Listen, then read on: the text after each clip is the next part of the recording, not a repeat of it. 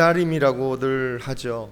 어느 연구조사에 따르면 이 94%에 달하는 사람들이 자신의 인생의 목적은 기다리는 데 있다라고 대답했다고 해요. 더 좋은 사람을 기다리기도 하고, 더 좋은 기회와 더 좋은 소식, 더 좋은 결과를 기다리는 것입니다. 꿈을 안고 그 꿈이 이루어지기를 기다리면서 현실의 고통과 또 어려움을 이기면서 살아가는 겁니다. 2차 세계대전 중에 크리스마스가 지날 때마다 이 포로 수용소에 많은 사망자가 급격히 생겨났다고 해요. 특별한 이유도 없이 말입니다. 그것은 아마도 희망이 사라졌기 때문이라고 생각을 했었습니다. 크리스마스에는 석방에 주리라 라는 기대를 가지고 있었는데 그 소망이 사라지니까 버틸 힘이 사라지는 겁니다.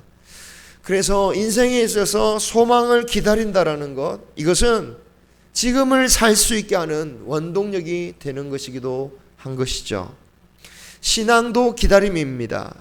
과연 우리는 무엇을 기다립니까? 우리는 예수 그리스도를 기다리는 사람들입니다. 초대교회 당시 성도들은 서로 만나기만 하면 마라나타라고 외쳤죠. 주 예수여 어서 오시옵소서라는 뜻으로 주님이 오시기만을 기다리며 그것이 인사가 되었습니다. 지금 우리들은 과연 무엇을 바라보면서 살아가고 있는가? 오늘 말씀에는 메시아를 기다리고 있던 노인 시몬에 대한 이야기가 나옵니다. 일평생을 오직 한 가지 메시아가 오기를 기다리면서 살고 있었습니다. 자신의 욕심을 이루기 위해서 메시아를 기다린 건 아닙니다. 자신의 성공이나 자신의 즐거움을 위해서 메시아를 기다리지 않았습니다.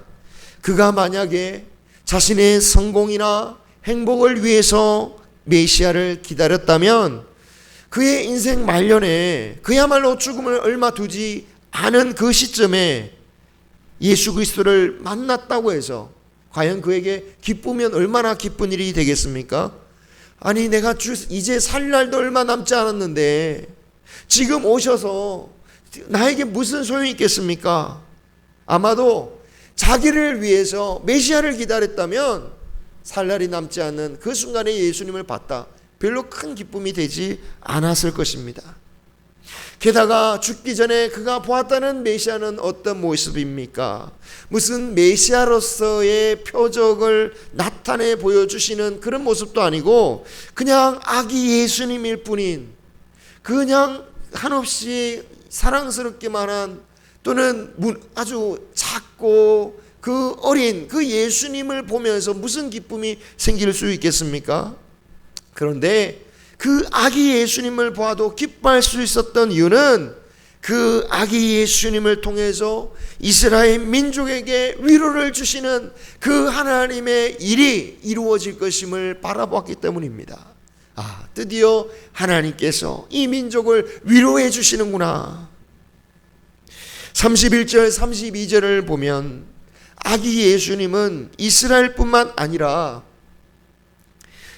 만민 앞에, 즉 만민을 위해서 예배하신 것이요 또 이방을 비추는 빛이다라고 이 시므온이 고백하고 있습니다. 그러니까 자신의 민족 이스라엘 민족뿐만이 아니라 온 세계 만민을 위한 메시아임을 고백하면서 이 온 세상 사람들이 위로를 받을 것이라고 소망하고 있다라는 거예요.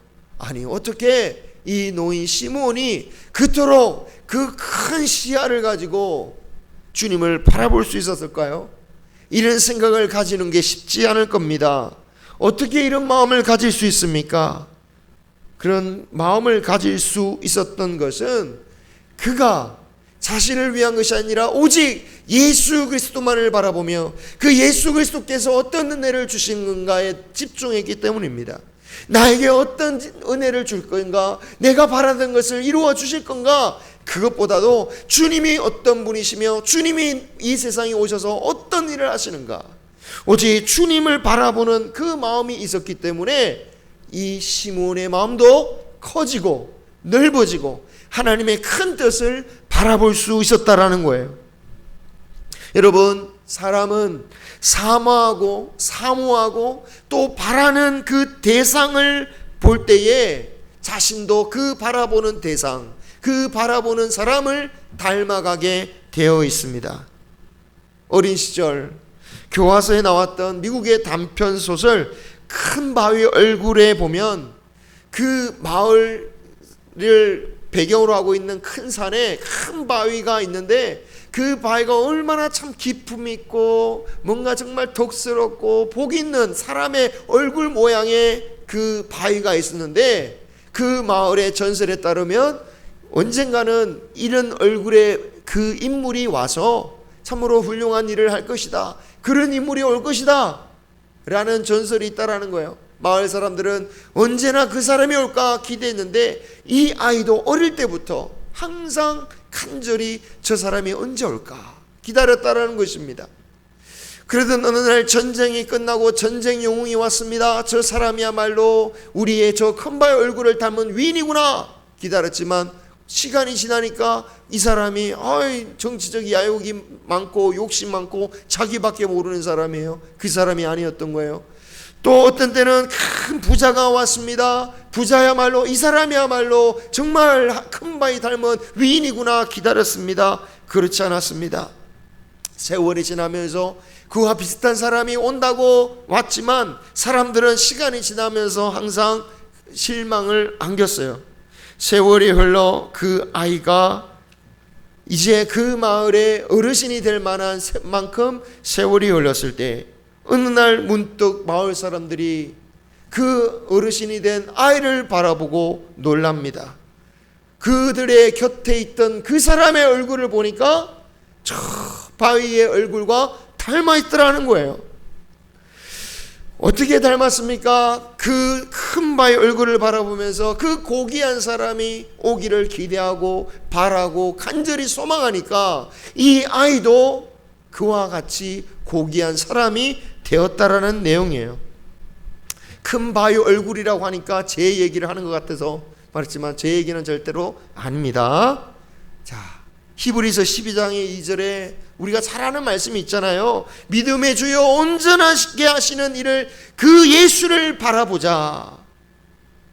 우리는 예수 그리스도를 바라봐야 됩니다. 예수 그리스도를 기대해야 됩니다. 그래야 할 때 우리도 예수 그리스도를 닮아갈 수 있는 것입니다.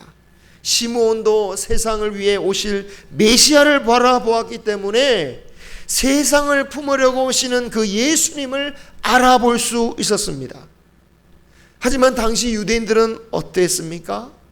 자신들만을 위한 메시아로 생각했습니다. 자신들을 구원해주고 자신들의 형편을 나아주게 하실 분, 자신들에게 뭔가를 좋은 것을 배부르게 하실 분, 그러한 메시아를 기다렸더니 또 자신들과 같이 율법을 잘 지키고 하나님을 잘 섬기는 자들을 구원해 주실 그러한 메시아, 우리의 편이 되어 주실 메시아. 그러니까 그들은 같은 유대인이라도 죄인들은 유대인 취급하지 않았습니다. 다 제외시켰습니다. 율법을 지킬 자신들을 위한 그러한 메시아를 기다리니까 그들이 예수 그리스도를 알아보지 못하더라라는 거예요. 예수 그리스도를 바라봐야 되는데 자신들의 행위와 자신들의 업적을 바라보니까 자신들의 기준에 맞지 않는 예수님을 못 알아보고 십자가에 다는 것입니다. 하지만 시므온은 아기 예수님을 보자마자 메시아임을 알아보고 29절에 이렇게 고백하죠. 주제여 이제는 말씀하신 대로 종을 평안히 놓아주시는도다. 이제 하나님의 약속이 이루어지니까 이제 죽어도 여한이 없다라고 말하고 있는 거예요. 하나님의 약속을 바라보고 하나님의 약속이 이루어지는 것을 경험하니까 다른 사람이 발견할 수 없는 하나님의 위로와 더 바랄 것이 없는 기쁨을 시므온은 누리더라는 거예요. 그 자리에 예수 그리스도가 예루살렘에 올라가서 성전에 계셨지만 그러한 위로와 기쁨을 누릴 수 있는 사람이 누구냐라는 거예요. 바로 메시아 그리스도를 바라본 시므온이 누리더라는 겁니다. 이 위로가 우리에게도 임하기를 소망합니다. 아무에게나 오는 것이 아닙니다. 그리스도 메시아를 바라봐야 된다라는 것이에요. 오늘 이 시대에도 하나님의 위로가 얼마나 필요한 시대입니까? 많은 사람들의 고통이 극에 달해 있습니다. 악이 오를 때까지 올라 있습니다. 지난주에 이태원 참사에서 친구들을 떠나보내고 홀로 살아남은 고등학생이 마음의 고통을 이기지 못해서 스스로 목숨을 끊는 일이 있었습니다. 보상금으로도 정신상담으로도 심지어 부모조차도 그의 위로가 되지 못했습니다. 너무나도 안타까운 비극인데 불행하게도 우리가 살고 있는 세상이 그런 세상인 것 같아요. 치열한 경쟁 사회에서 살아남는 것만 해도 다행이다 라고 그것으로 위안 삼는 시대가 우리의 시대입니다. 여러 가지 방법으로 사람들은 위안을 찾으려고 하지만 이 시대에 정말 필요한 것, 아니 그 누구보다도 우리에게 필요한 것은 하나님의 위로인 줄 믿습니다. 이럴 때에 이 세상을 바라보면서 우리가 해야 할 일이 무엇일까요?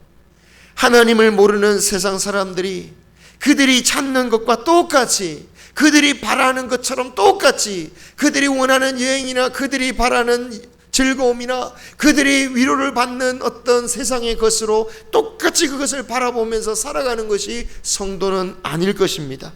오늘 이 시므온처럼 이 민족과 세상의 진정한 위로가 되실 그 하나님을 기도하고 그 하나님의 역사가 나타나기를 기다리는 사람이 되어야 될 줄 믿습니다. 이것이 대림절의 의미입니다. 대림절이란 성탄절을 기다리는 기간을 말하죠. 이때에 우리는 이 민족에게 주실 하나님의 사랑과 하나님의 은혜와 하나님의 위로를 기도하면서 간구하면서 살아야 될 것입니다. 이것이 하나님께서 우리에게 바라시는 삶이죠. 고린도후서 1장 3절에 주님이 하나님은 어떤 분이라고 소개하냐면 모든 위로의 하나님이라고 하셨습니다. 모든 위로의 하나님. 표준세 번역은 모든 위로의 근원이 되시는 하나님이시다라고 번역했어요. 그렇습니다. 진정한 위로의 근원은 결국 하나님께로만 나온다라는 거예요. 그러므로 우리는 그 하나님의 위로를 기다려야 할 것입니다. 앞서 바라보는 자를 닮는다라고 했는데 기다리는 자는 기다리는 자의 삶을 살게 될 것입니다. 오늘 말씀에서 시므온을 소개하기를 뭐라고 표현합니까? 의롭고 경건하여 이스라엘의 위로를 기다리는 자다. 의롭다라는 것은 하나님 앞에서 바른 삶을 산다는 말씀이죠. 그리고 경건하다는 이 단어는 꽉 붙잡는다는 뜻입니다.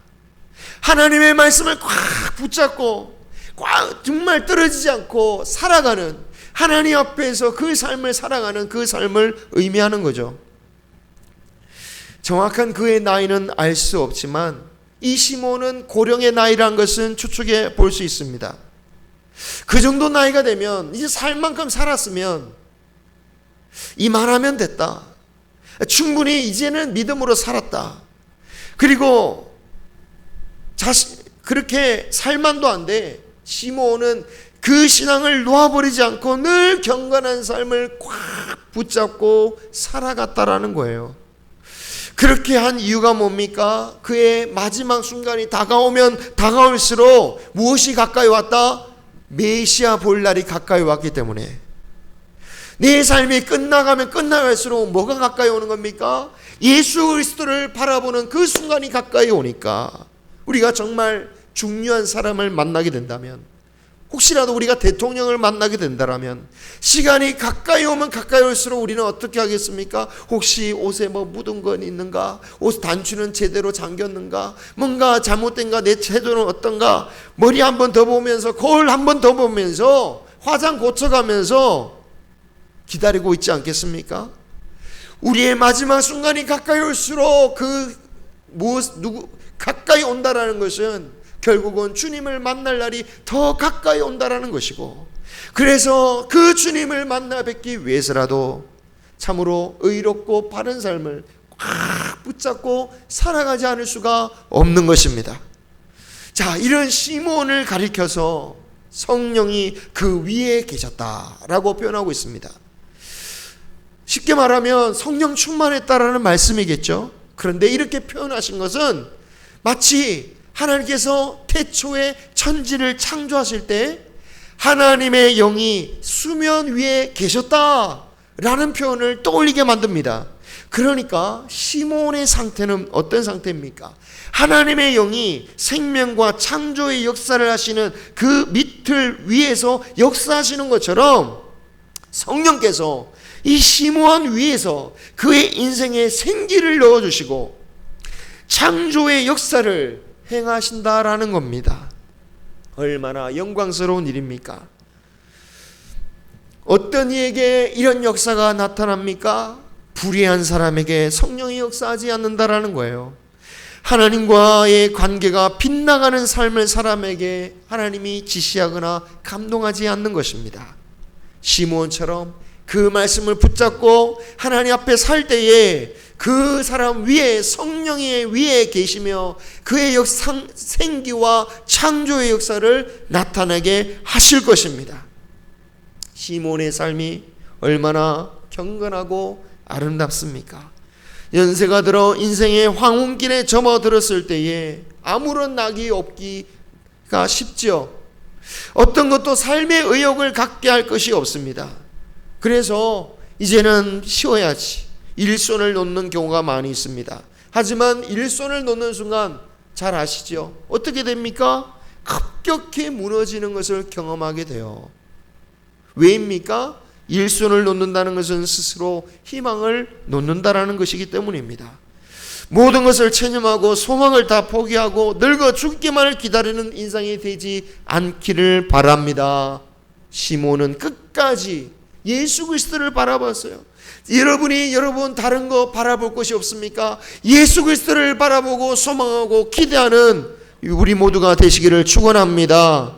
시몬은 끝까지 저 이스라엘의 받을 위로를 위해서 예수께서 역사해 주시고 그런 소망 가운데 그러한 거룩한 비전을 가지고 살아가는 사람이었습니다. 이러한 사람에게 희망이 있는 것이고 의욕이 있는 것이고 생기가 있는 것입니다. 시몬에게 남은 유일한 소망, 오직 메시아를 기다리는 것입니다. 모든 사람이 다 성탄절을 맞이했지만 모든 사람이 다 아기 예수를 만나는 것은 아닙니다. 자기 마음대로 사는 사람은 아기 예수를 만날 수가 없습니다.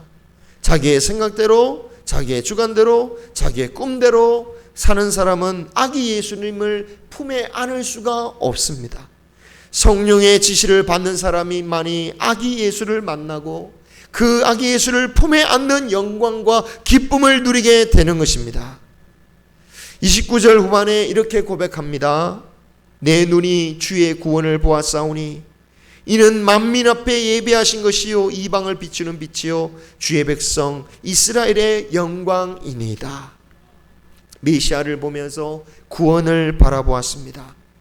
그 성전에는 마리아와 요셉만 온 것도 아닐 텐데 수십 명, 수백 명의 아기들이 있었을 텐데 많은 부부들이 아기에게 할례를 받게 하려고 예루살렘 성전에 왔을 것인데 그 많은 아이들 중에 예수 그리스도를 보았고 구원을 본 것입니다. 성전 안에는 수많은 백성들이 있었을 것이고 제사장들도 있었을 것이고 바리새인들도 있었을 것입니다. 그들 하나같이 메시아를 기다린다라고 말을 하지만 정작 이 모든 일을 멈추고 아기 예수 앞에 와서 경배하는 사람은 없었습니다. 어떻게 한눈에 메시아를 알아보았을까요? 시몬보다 더 똑똑하고 성경에 대해서 해박한 사람도 많았을 텐데 모든 면에서 둔감해진 이 늙은 노인이 아기 예수를 메시아로 보는 영적인 통찰력을 어떻게 가질 수 있었습니까? 전적으로 성령의 역사인 거죠. 성령의 감동으로 된 것입니다. 기다림 속에 산 시몬은 아기 예수를 안아볼 수 있는 복을 받은 거예요. 28절 시몬이 아기를 안고 하나님을 찬송하여 이르되 하나님을 아는 겁니다. 하나님을 사모하고 기다리는 성도는 시몬처럼 하나님을 안는 영광을 누리게 될 것입니다. 창조주시여 세상의 주인이시며 우주보다 더 크고 위대하신 분, 이런 아기 예수님을 가슴에 안을 수 있는 사람이 얼마나 복된 사람입니까? 시몬의 가슴은 예수님을 안았습니다. 우주를 아는 것입니다. 천지를 아는 것입니다. 그 어떤 것도 다 품을 수 있는 사람인 것입니다. 우리는 과연 무엇을 안고 있습니까? 이번 성탄에 우리의 이 가슴에 미움을 안고 경배해서는 안 될 것입니다. 시기와 질투를 안고 찬양해서는 안 될 것입니다. 제약을 안고 성탄을 맞이해서는 안 될 것입니다. 오직 죄인을 위해 십자가에 지신 예수 그리스도를 안고 그 십자가를 안고 기뻐하는 성도들이 되시기를 축원합니다. 여러분의 가슴에도 예수님의 안는 복이 있으시기를 바랍니다. 교회, 그리스도의 몸된 교회를 안으시기를 바랍니다. 그리스도의 몸의 한 지체이신 성도를 안으시기 바랍니다. 원수를 안으시기 바랍니다. 시몬은 예수님을 축복했습니다. 34절, 시몬이 그들에게 축복하고 아기 예수님까지 축복할 수 있는 특권을 가진 것입니다. 이것은 오직 메시아를 기다리는 자만이 할 수 있는 것이죠. 우리 한 주간 남았습니다. 예수 그리스도를 얼마나 우리는 기다리고 있는지요? 예수님을 기다리는 사람과 기다리지 않는 사람은 결국 엄청난 차이가 날 수밖에 없을 것입니다. 기다리는 사람은 아기 예수님을 맞이하는 기쁨과 감격을 누리겠지만, 기다리지 않는 사람에게는 아무런 의미가 없는 또 다른 하루가 될 뿐일 것입니다. 바라기는 정말 우리가 그리스도를 바라면서 정말 이번 성탄절이 놀라운 감격의 성탄절이 되시기를 주님의 이름으로 축원합니다. 기도하겠습니다.